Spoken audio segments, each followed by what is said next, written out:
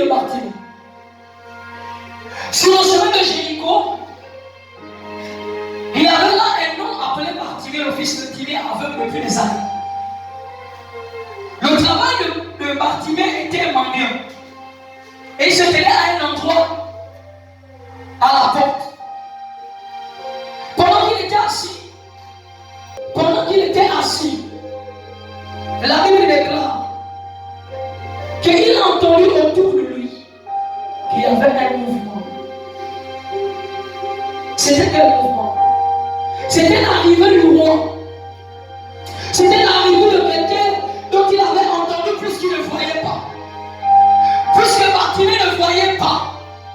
Puisqu'il ne voyait pas, il entendait seulement. Et lorsqu'il a entendu, il a entendu que le Fils du Dieu vivant, le Fils du Dieu, passait par là. Et les échos que Bartimée avait reçus, c'était une seule chose. Jésus guérit les aveugles, il ressuscite, il prie pour les lépreux, et il opère les signes et les prodiges diminuent.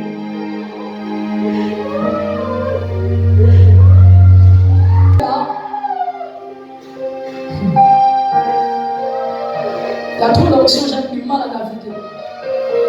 Parce que pendant que je passe sur les chaises là, je ne fais que voir des choses que lui me montre. Mais je vais d'abord prêcher pour ne pas prophétiser quand même. Je vais d'abord prêcher. C'est une responsabilité de faire poser la parole. Avec le nom qu'il avait depuis. Et pendant qu'il était là, une solution était au rendez-vous. Jésus lui-même, le guérisseur, oui c'est bon. Jésus lui-même, le guérisseur. Celui qui opérait des signes et des prodiges. Celui qui avait guéri les lépreux, Bartimée avait entendu. Celui qui avait ressuscité les morts, Bartimée avait entendu. Donc il avait déjà une histoire que quelque chose de Jésus faisait déjà. Mais pendant qu'il était là, il avait un problème, c'est qu'il ne pouvait pas rencontrer Jésus. Jésus avait un cortège. Jésus avait une dalle rapprochée. Jésus ne pouvait pas être pénétrable et facilement. Bartimée n'était pas de la classe. Bartimée n'était pas de la classe de ceux-là qui pouvaient atteindre le maître. Puisqu'il ne voyait pas. Puisqu'il ne voyait pas. Bartimée va opter pour quelque chose que tu fais depuis ce matin. Bartimée va se mettre à crier. Le cri de Bartimée n'était pas un cri normal. Le cri de Bartimée, c'était un cri qui est monté le plus profond de son cœur, avec les difficultés qu'il avait, avec la difficulté de ne pas voir, avec la difficulté d'être mendiant. Pendant qu'il criait, fils de David, il n'a pas dit Jésus de Nazareth, fils de Marie. Enfant de Joseph, que tu appartiens à la lignée de Nazareth. Il a eu dans son esprit que Jésus était de la tribu de Juda, là où devait sortir le Messie. Donc il a d'abord cru que Jésus lui-même, là où il est là, c'est le Messie.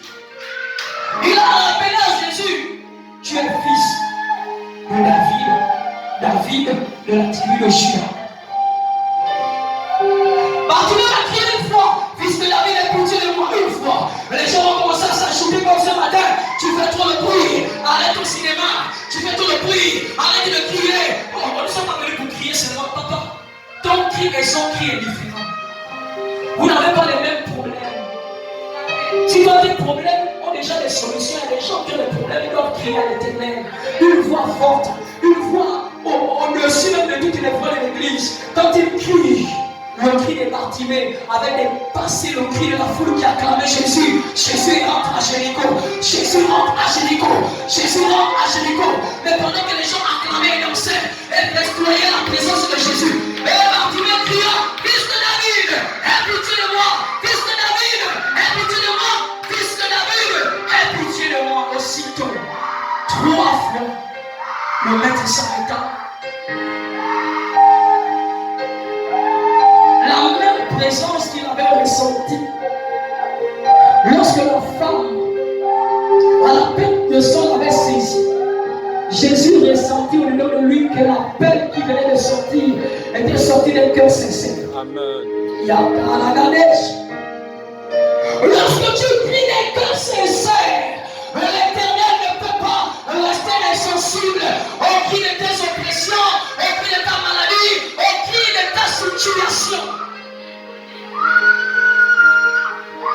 Tout dépend du cri. Est-ce que tu cries normalement? Est-ce que tu cries par émotion?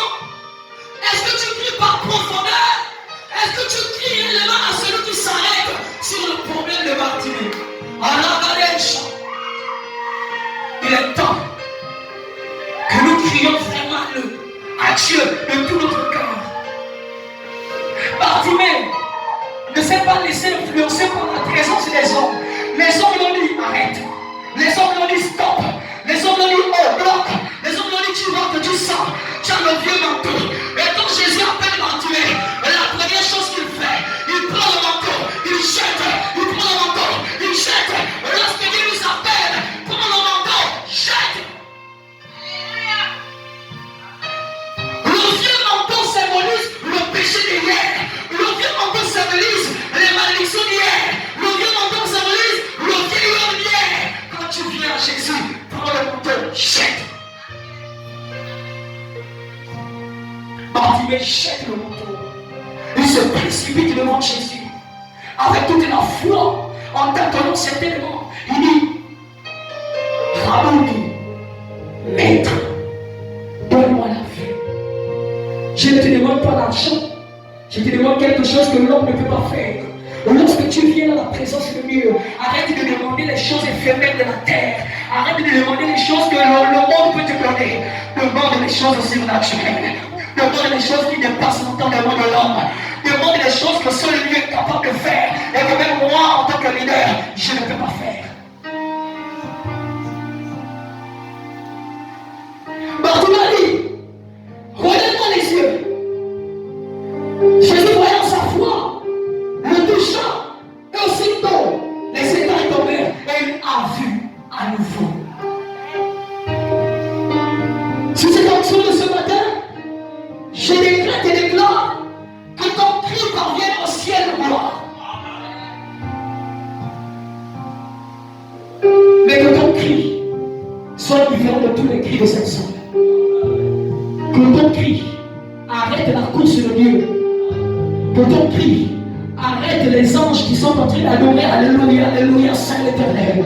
Que le cri de tes problèmes puisse toucher le cœur de Dieu.